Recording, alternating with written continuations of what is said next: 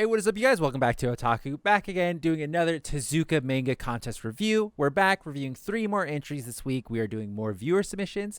And for those of you guys that have not heard about the Tezuka Manga Contest, it's a very special contest this year because it's open worldwide, and it's your chance to get your manga reviewed by the greatest of greats of all of the mangakas and us. And that's where we come in. We pick 3 random manga every week. We review them, we compare them, we contrast them, and we pick a winner from the bunch with the ultimate goal of picking the ultimate winner.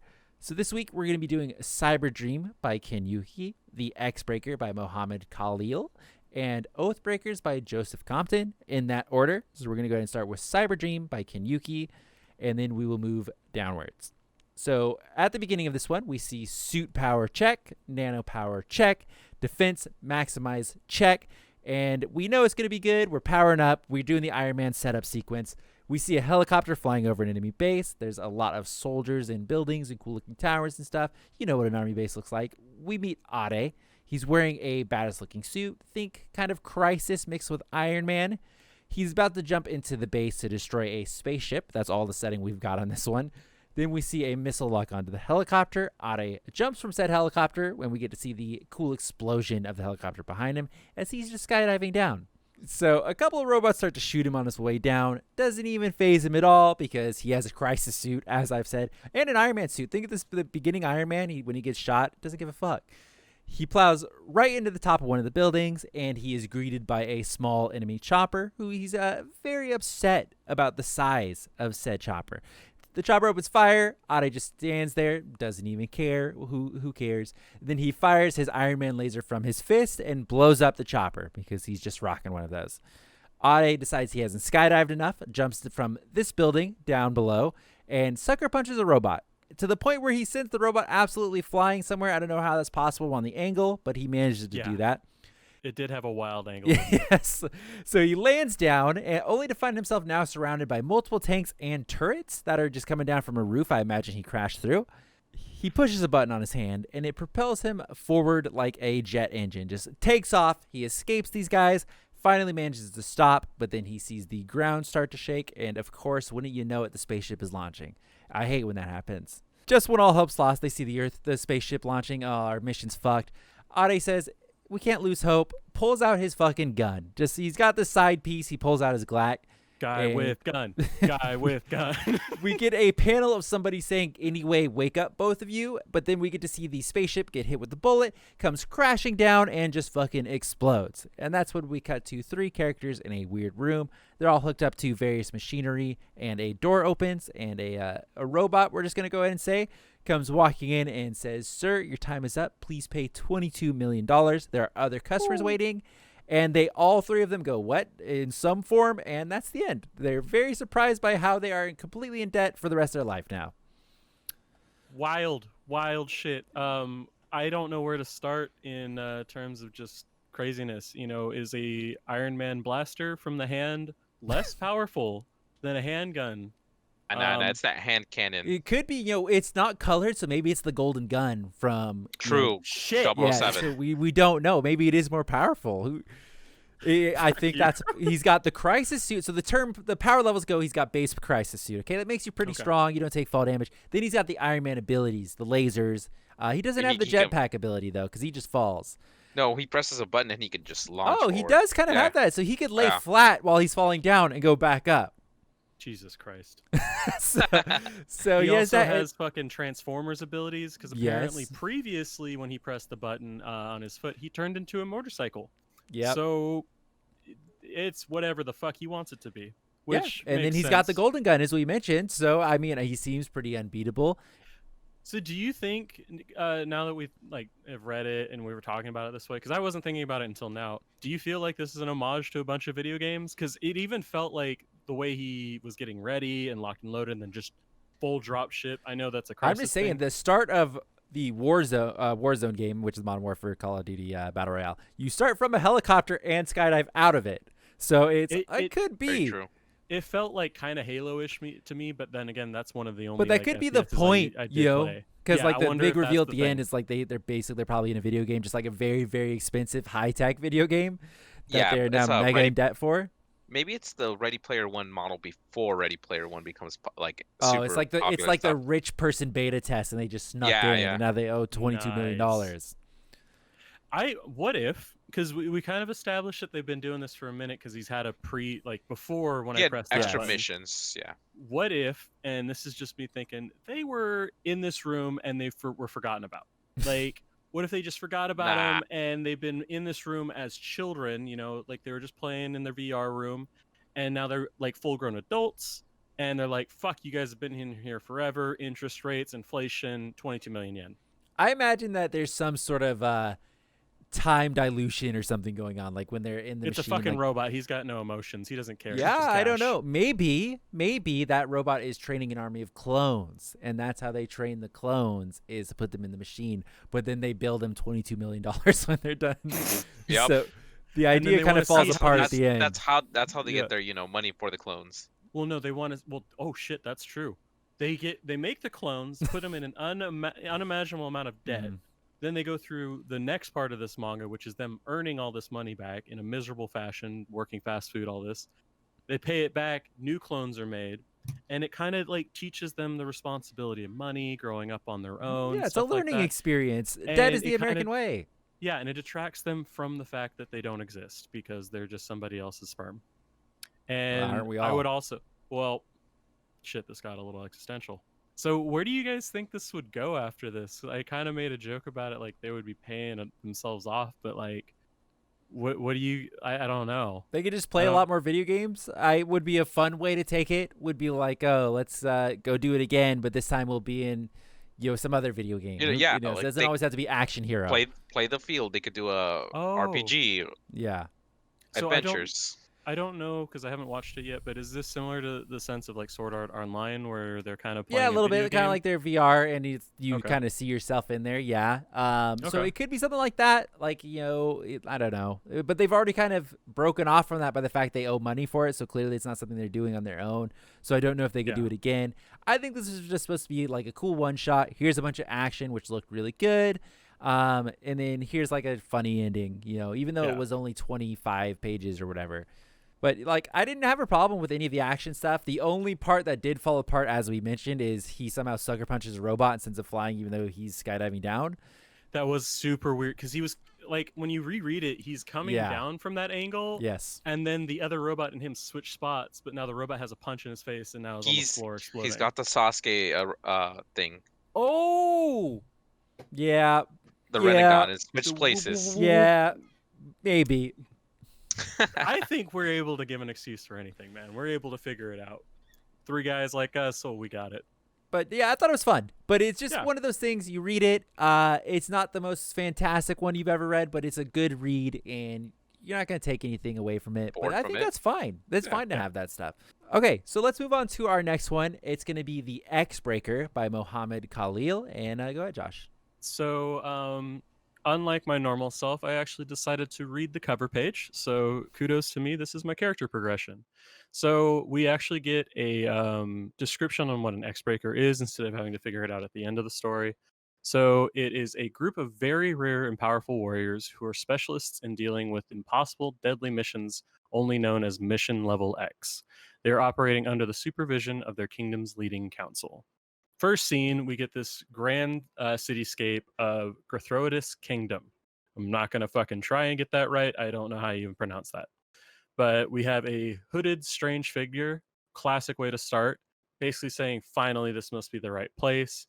He has this strange, like robotic almost looking tattooed hand saying, this is the place where I can find a cure for my eternal curse. He's saying that he's running out of time and he's worried that he's basically going to hurt someone. We immediately leave from that and cut to the real deal, our main character, Rex Reed, who without him in this manga, it would essentially be worthless. And I'm not saying that myself. I'm literally quoting the main character. So he's basically trying to be like his father, who happens to be an X-Breaker. They have a final graduation trial and he's failed it. And then he failed it again. So he's on his third try.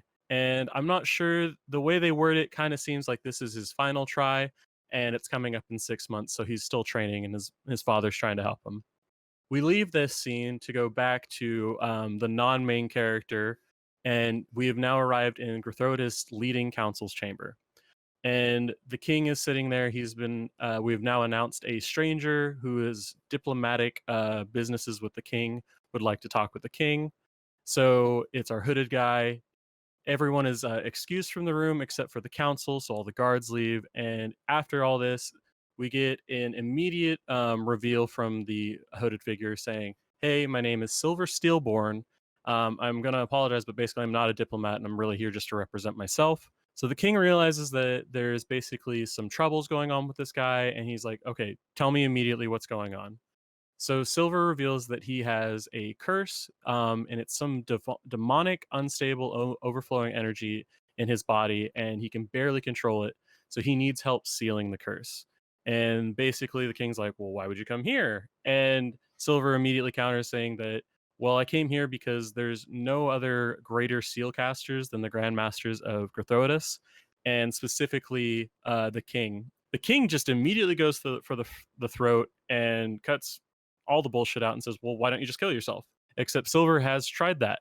And basically, he's saying that if he does that, it just triggers the curse. The king is now intrigued. He wants to know what's going on with this guy. So he lays his hand upon Silver, and he's immediately shocked to see this massive, huge amount of demonic energy existing within him. And he's noting that it should be extremely painful. Like the sun, it's blazing so strongly. Then we amplify it even further. Silver's basically like, there's something even more urgent that needs to be dealt with. And now they're all freaking out. What the hell is it? What the hell is it? And he's like, "I'm desperate for some food and water," which the guy's got priorities. We don't care about people exploding. We don't care about fucking cities being wiped out. He's got to get the fucking food. We're now introduced to the king's granddaughter, Aaliyah. Just like her father or grandfather, she skips all the bullshit and basically says, "Yeah, we'll do this for you, but it's going to cost you." And essentially, since it's a soul that you're trying to retrieve, your lost soul, you're going to owe us an eternal favor. Before Silver can even respond, the guards from the city come in and let everyone know that we're being attacked by the Flamehound. Cut back from this whole scene over to our main character, Rex Reed, I apologize. He walks into the house and finds that his dad has left his classified papers out. And so he starts looking through them, even though he's not supposed to. Sees all these papers are relating to a criminal group known as the Devil's Fist.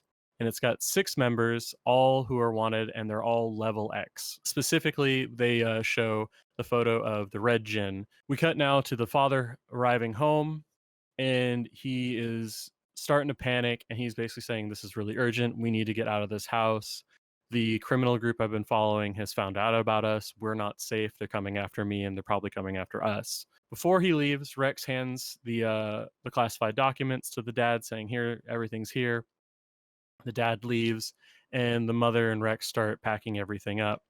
Rex finds out, "Oh shit, I didn't give all the documents to my dad." So he grabs that, leaves his mom to finish up packing, and starts running, trying to find his father. Now we're switching back over to the council chamber with the king, all his guards, and the council members. And we see this massive flaming wall enveloping this dude, and it turns out to be Master Ryu, who is the Flamehound, which is attacking the building.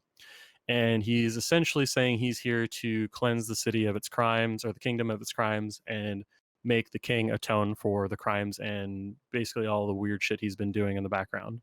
So without skipping a beat, Ryu immediately lunges at him to try and kill the king, but Silver flies in front of him, goes to block the attack, and Ryu is able to reel back, and then he does like a kicking move called Assassination Art Scorpion Sting, and just wallops the fuck out of Silver's face. So Ryu tries to get his revenge by killing the king's other granddaughter, and before he can stab her, she puts up a defensive seal perfect guard, which is able to stop the attack initially, but it is cracking. Basically, Ryu punches through the shield, gets ready to slash through Aaliyah. In a classic move, the grandfather, the king, lunges in, and instead of getting pierced and passing on his life works and passing on his super great secret for 42 minutes to the main character, he just gets his arm cut off. So he's still alive. We don't lose the father figure. And we kind of see that Rex is in the background. He sees all this going on. He's like, "They're no match for this guy. This Captain Ryu is fucking, he's a double X breaker. which is apparently this super high level X Breaker. Now we've prepared. Ryu is finally going to kill the both of them. He's getting ready for a final strike to kill the king and his granddaughter. And we get the classic arm catch from our boy Silver. Without, getting into combat immediately, Silver just takes the calm, cool approach. He's like, so do you guys want this guy dead or alive? So Aaliyah is trying to get information out of Ryu. So she says alive, but the king counters and says that this guy's too powerful. If he uses any of his forbidden techniques, he would be able to wipe us all out. So he needs to be dealt with immediately. And so Silver's like, cool. So remember how you were saying that I was going to have to pay you with like an eternal favor? So this isn't going to cost you. And basically, I want you to seal this curse within me for free. And we'll call it even. Bickering back and forth. They finally settle. Fine, fuck it. We'll allow this. We'll do it for free. Just kill him. So Silver's like, cool, contract's been set up. But before he can do anything, Ryu is now on the attack and is about to do a secret or a sneak attack onto Silver. He kicks like this massive explosion of a kick into Silver's hand or forearm. Silver starts saying like, okay, I got to find a way to distract him so that I can get my move off. This is when our boy, the main character, Rex Reed, shows up, presumably knowing Ryu, and grabs onto his leg, basically pleading with him to stop as well. He's now picked up by the fucking neck, and he's holding Rex out by just one hand. This is Silver's chance. He's locked onto his target. He's got everything. Apparently, when he grabbed Ryu earlier by the hand, he was able to set a marker on him. And before Ryu can do anything to Rex, Silver flies in super fucking fast before Ryu has any time to react, and then blows a hole through him with a punch, sending him flying back, blows the wall up using his forbidden technique, instant strike.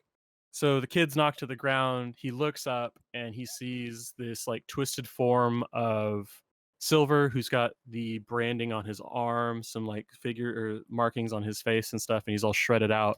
And he says, oh shit, it's the Red Djinn, which would mean this is the guy that his father is having to look for, or more specifically, this guy is looking for his father, or his crew is looking for his father. And the kid's freaked out, but Silver turns around, basically says, hey, thanks, kid, and then throws him a bottle of Coke. But before they can do anything, this giant menacing hand appears right behind Silver, but he just cuts it away. And I'm assuming that's just like his demonic power overwhelming him, because as soon as he cuts through it, he's turned back into his normal human self. We come back to what is going to be the ending, or a little cliffhanger, and essentially we find out that Silver, his curse mark, is now reacting whenever he looks at this kid. And we see Rex look down at his hand, and now he has a curse mark of sorts on his hand. And that's where we end. Yeah, it was good. I feel like we got a lot of like world building, but not actual world building. I don't know if I could say that right, but like the setting we didn't get a lot to know about, but the actual world and like the missions and how it works, and there's different towns like that he's been to before, and there's kings. So we did get a lot of world building, but not a lot of setting building, I guess. I would feel it's more like a platform. Like they've prepped it and they've got it ready. So it's like, hey, when we get to this point, we can introduce it, and it's not something brand new and foreign that we didn't talk about before, kind of situation. Well, is it basically the same world as ours? But it's like but clearly not, because there's the whole X system and there's the kings and everything. So there is a lot of corruption in this. Yes, and I would have liked to have seen more of like the setting, or like what the world is like as a whole.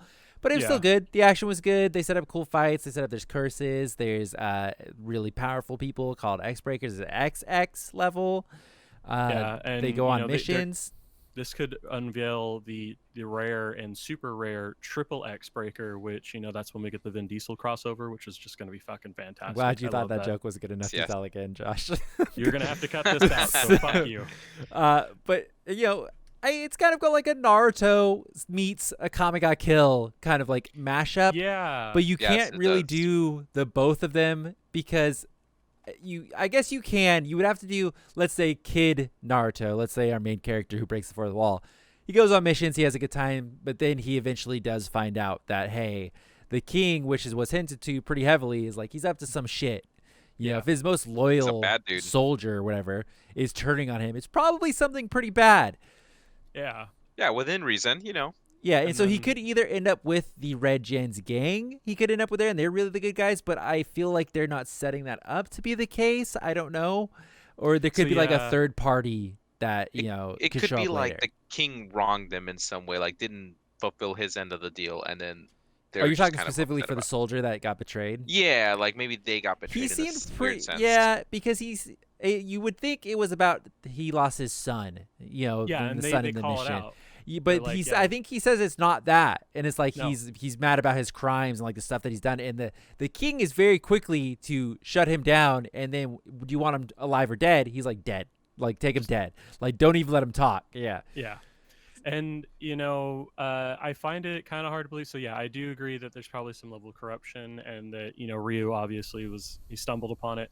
But I don't think the Devil's Fist group is necessarily involved in that. They could be, like you said, a Kame ga Kill style, where they're like anti-heroes and they come in to clean up stuff. But it seems like the Red Jin is kind of acting on his own. There wasn't another group with him. He's doing this specifically for himself to get this curse locked Removed. in. Well, yeah, Yeah. he's part of a group. Is the Yeah, group yeah. that they were hunting? So So but I would still think that maybe this Devil's Fist is actually still bad, or there's some renegade group, but they're not affiliated with specifically this kingdom. Like he just like, well, yeah, "Hey, they're I gotta go obviously here." not affiliated with this Yeah. kingdom. He shows up and talks about going to other ones, but Yeah, it could. Who knows what the fallout is? Like it could be sort of like a Vash the Stampede sort of thing, where like all of his charges are from his fist freaking out. Like it's not really his fault, so he really Yeah. is a good guy. Because he does seem And- like if his fist resonates with the kids, he could train him per se, or like teach him how Oh, to that'd be control cool. it. Yeah, I want to know did the kid have this the whole time, or is it because he saved the kid that Yeah. now he's cursed? And I'm curious Was thinking because too. I skipped over it in the summary, but basically, after revealing like, holy shit, he's got like basically a sun blazing inside of him. He's like, I can handle this for another month or so. So we needed to figure out the seal before then. Is the kid gonna like build up to that point? Is he gonna have a few years before he gets to this? Does he have a month That's now? one of the things, and I don't know, like, in theory, I would have liked to know more about. Like, in my mind, after reading this, I was like, I wish I could have got more info about what the curse is, because Yeah. they show that the kid, like, he resonates with it, whatever that means. Yeah. But it's like, what does that entail? Like, what? So me as a reader That reading mean- that, it's like, okay, so yeah, he resonates with it, but does that mean he's going to be powerful? Does he Yeah. use it, or is he's like basically Is he Naruto with, cursed? with Yeah. the fucking nine tails in him? Like, what does that mean?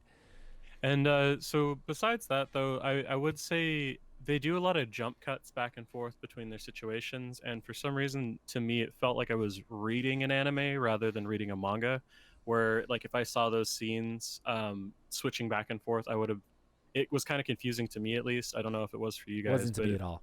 No? Okay. I don't know. It was just for some reason. I get like, what you mean, but So it it felt like was we the hopped switching around. between the settings that yeah, tripped you it's- up?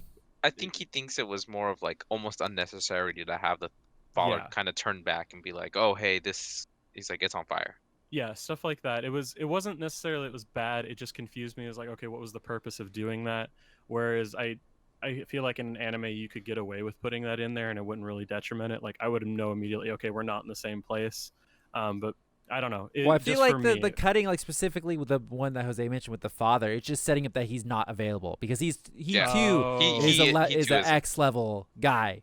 So it's like Yeah. it's just like he's way the fuck over there. Yeah, he sees it's on fire, but the father's not there, obviously.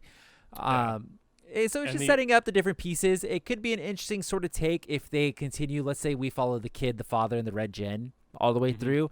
That could be a lot of fun, kind of like a Game of Thrones style, but with only 3 people. Really? But it's just a different take, and I liked it. I thought it was Yeah. good. me too. So I don't I really would have like any a- complaints. There was the one attack in the middle I think you mentioned that was a little confusing. The scorpion. Yeah, the thing? scorpion attack. That one was a Yeah. little hard, but the rest of it was fine. I totally understood all of it. The setting, as I mentioned, didn't blow me away. It wasn't the coolest Yeah. thing ever, but I do like the story. I like the setup. I like the curse. I like the Red Gen. I like the fourth wall breaking kid, even though he only does that in the beginning. So I don't know if that's going to be a running thing. I thought he was kinda gonna do that talks- again later. He kind of talks later. He's like, but I don't know if it's more him to himself kind of situation rather than him breaking the fourth wall. But one thing I would like to see, because I always like those cat and mouse chases where it would be basically the kid sides up with the Red Jinn, they're fleeing, and now the dad's chasing after the Red Jinn, Oh, that'd be too sad. They'd pull at my And heartstrings, Yeah. dude. and they have to do this like constant cat and mouse chase where the kid's like, "Hey, Dad, I miss you, but I gotta get going because the Red Jin's hiding." So he's like friends now with the Red Jin, doesn't want him to die, so he's like, "Hey, hide." I'm gonna And hit then you with the scenario, okay? They go Oh to no. seal off the power that's within. It's going well. The dad's helping out. The daughter is really evil and sees this as her opportunity to take over the throne. So she frames the Red Jinn for having killed the father without having sealed his power. So he's still fucked. He's gonna die no matter what. So he goes to leave. The kid gets involved at some point. The kid and the Red Jinn leave, but then the dad thinks he's fleeing with a criminal, so he tries to stop him, but he's really on the good side. But the dad thinks he's on the good side still and doesn't know. So then you're stuck on like opposite sides of the wall, you know. Oh, and then fucking Red Jin's like, "No, I have to flee. Like, you can't stop me." And the fucking Yeah. dad's like, And "No, he's I like, have to." Handing out Yeah. ideas over here. Whoosh. Yeah. And then it's like Why you the gotta do dad that? constantly thinks, you know, like the kid is kidnapped, let's say. He thinks like, no, my kid would never do that. But the dad thinks he's on the good side, but he's really on the bad side. So it's like it's hard Yeah. to convince. He's like a lawful guy, you know. All So, right. but that was just one of those things. If I could see the greater setting of the Yeah. world, then I could be more excited for that happening. But I don't know anything outside of the little 'Cause town that we were in. it's pretty well Yeah. set up. I like what Yeah. it is. Like Sam, I do agree it needs a little bit more fleshing out towards the world aspect. Cool. Okay, so let's go to our last one. Our last one is going to be Oathbreakers by Joseph Compton. And Jose, go ahead. All right, sweet. So it's called Oathbreakers, and we can't read the first page. You know, it's got to Fuck move you. past it because it will spoil everything. Reverse. All right, so we come into a dark room, and it's like a business table. It's a very businessy meeting, and we get someone doing a deal. You know, they're trading away something. In this case, we're talking to a guy kind of looks like the devil or a demon of some kind, and he's making a deal with a human. To which he says, my, you humans are full of surprises." And this was in the past. So now we're currently in the present day where we're in a prison called the Filth Bay. Here we meet an Arlong looking character named Rudgus and Nog. And so these guys are a duo. You can tell they're always kind of together, kind of thing. And they're leading kind of a brigade of just criminals who are just out to escape. And they're with the Bone Bros or Skull Bros. Bros. So they're distracting them. Meanwhile, Rude Gus is like, "Oh, I'm gonna bust through these gates with my new power, which he got from being in the pits all the time." And he has kind of partial expansion where he expands his arm and just busts right through the doors. As he does that, though, he exerts way too much energy, gets woozy, and I'm assuming passes out. And he like Meanwhile, falls back towards everybody with it. I mean, I'm pretty sure it shrunk down to a certain point eventually, but he almost clobbered everybody. Yeah. To which all the guards went and beat up everybody else. And then you see the big bad warden, and he's a big dude. He's got a sickle in for a hand and everything. But he's kind of giving them a talking to. He talks about how many times they've tried to escape. About 10 times, I believe, is what they end up saying, something like that. Yeah, I think 11 times.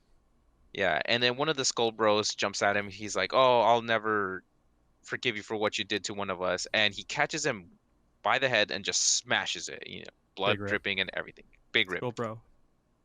To which you see this really fancy looking demon dude, Edgeworth, kind of fly in, and you kind of get the idea that he kind of owns the place. But he's accompanied by two imps that are carrying a box, and in that box he's got another prisoner. To which he says, "You must keep this prisoner alive. You cannot kill him. He has committed a crime so, like, I don't know, evil that he's going to spend the rest of his life here, which is why he cannot die." And he is called the Oathbreaker, and out steps a human. You know what's kind of cool though? I like how for Edgeworth they like changed the font style. I know it's not like huge or anything, but I like that they do like the little different fonts for everybody talking. I like that a lot because when you go back to Rude Gus, he kind of has like a very in-your-face bold Yeah. text. Speaking of Rude Gus, we cut back to him, who's being pushed into his cell, where he's kind of just upset that everything happened, and he's wondering why a human would be tossed so down low. To which immediately it cuts over to all the other inmates that know they can't really mess with him, so they kind of start testing their boundaries where they bully him and stuff. And it gets a little messed up until one day he kind of, I assume he's had enough, and he just kills this guy. Like fucking melts the dude or some shit. I think the guy was trying to kill him or something. Yeah, it's not really explained. Rutgers kind of tries to talk to him, but he doesn't really respond. All that leads to his boy Nog telling him that, oh, I saw that guy in the cafeteria. He doesn't really have a tongue. And then they start talking about how a human would even be down there, and they talk about how he must have used some kind of magic. Humans can't really get magic unless very rarely they're born with it, but unless they do some kind of deal with a master of some kind, and either he gives off some of the energy and has them learn from him. Otherwise, they can't really use magic. But when you break those kinds of oaths, there's severe consequences to pay for that. Immediately afterwards, you get more of him just shouting and telling them to stop being a sad sack. And he's like, "Oh, let me know when you're ready. Like, I'm so down to move and get the hell out of here." He's like, "I know we could do this." And then it cuts back down to the human, and the warden's just kind of mocking him, making fun of him, and telling him, he's like, "Oh, you think you're safe because I can't kill you." He's like, "Well, I got this new pretty little necklace, which reminds me a lot of Ursula." And he's got what I'm assuming is his voice or his way of speaking encased in that thing. So he reaches for it, but immediately gets knocked back, and he's like, "Oh, just because you're meant to be safe and live the rest of your time down here doesn't mean I can't make it hell." So hits him, and then I think he sends him to solitary confinement for about a month, is what he says. While he's down there, you kind of get like this very defeated, like he's got a show light cast on him, and in that moment, he's kind of like thinking back to the deal, in the deal, like what led up to it, and how he knew that he was gonna break it towards the end. And so he's got more of a face of determination, and you don't really see him getting out, but he somehow gives Rudgus a message, and that message says he's in. So Rudgus is ecstatic, and he's like, "All right, cool." And then it cuts to what's a series of over a couple months. They finally figured out their plan, how they're going to execute it, where they're going to do it, and all that stuff. And it comes that day. You see them, the human and Rudgus, kind of walking through the halls where there's a bunch of guards there, and boom, they start a fight, which causes the guards to pay attention, and then all the Skull Gang jumps out, including all the other criminals. Skull Bros. Skull Bros. They start this huge riot, and this Rudgus runs towards the gates, and he's like, "All right, I got this." He's finally mastered his expansion jutsu, and he runs through there. He bashes through there, and the warden's like, "Whoa, this is the furthest they've gotten." He's like, "It's about time I joined the party." Leaps down from his tower and starts immediately attacking Rudgus. To which Rudgus is like, "Oh no, the Skull Bros decide to gang up and attack him," and he breaks his fist. Doing that though, he's still caught off guard by the human who gets tossed at him, and he throws acid on his face, causing him to, lose his balance and everything. Meanwhile, Nog and the human grab the necklace with his voice.